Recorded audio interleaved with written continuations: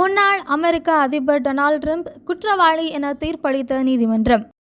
திருமணத்தை மீறிய உறவு குறித்து வெளியில் பேசாமல் இருக்க ஆபாச பட நடிகைக்கு பணம் கொடுத்த வழக்கில் அமெரிக்க முன்னாள் அதிபர் டொனால்ட் ட்ரம்ப் குற்றவாளி என நீதிமன்றம் அதிரடியாக தீர்ப்பளித்திருக்கிறது. அவர் மீது இருந்த 34 குற்றச்சாட்டுகளும் நிரூபணமாகாததால் ஜூலை 11 தண்டனை விவரம் அறிவிக்கப்படும் என நீதிமன்றம் அறிவித்திருக்கிறது. அதிபர் தேர்தலில் குடியரசுக் கட்சி சார்பில் ட்ரம்ப் மீண்டும் போட்டியிட தயாராகி வரும் நிலையில் இந்த தீர்ப்பு அவருக்கு பெரும் பின்னடைவாக பார்க்கப்படுகிறது. இது ஒருபுறம் இருக்க, கடந்த சில தினங்களுக்கு முன்பாக அவரிடம் பல வருடங்களாக இருந்த ஒரு முக்கிய சொத்தை விற்றிருக்கிறார் ட்ரம்ப். உலக வல்லரசு நாடுகளில் முதன்மையான நாடாக இருக்கிறது அமெரிக்கா. இங்கு 4 ஆண்டுகளுக்கு ஒரு முறை அதிபர் தேர்தல் நடைபெறுகிறது. அமெரிக்க அதிபர் தேர்தலில் அதிபர் வேட்பாளர்களை தேர்வு செய்யும் முறையே சுவாரஸ்யமானதாக இருக்கும். அமெரிக்காவில் குடியரசுக் கட்சி, ஜனநாயக கட்சி என 2 பிரதான கட்சிகள் இருக்கிறது.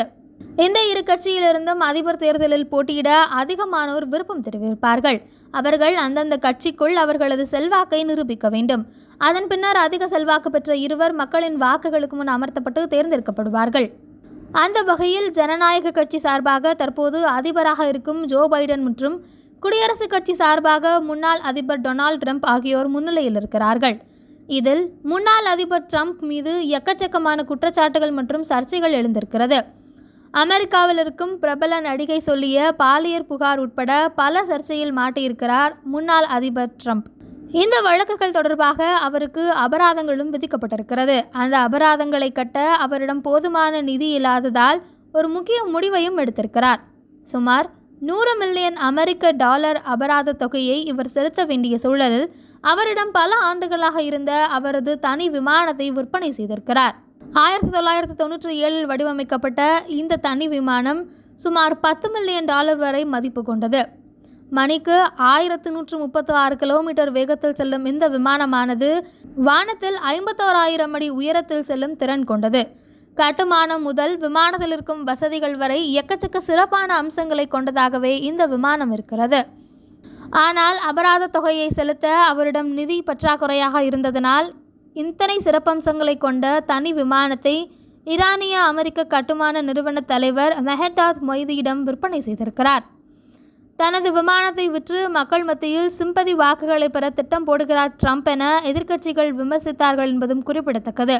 அமெரிக்காவின் அதிபர் தேர்தல் வருகிற 4ஆம் தேதி நடக்க இருக்கக்கூடிய நிலையில் முன்னாள் அதிபர் ட்ரம்ப் குற்றவாளி என நீதிமன்றம் அதிரடியாக தீர்ப்பளித்திருக்கிறது.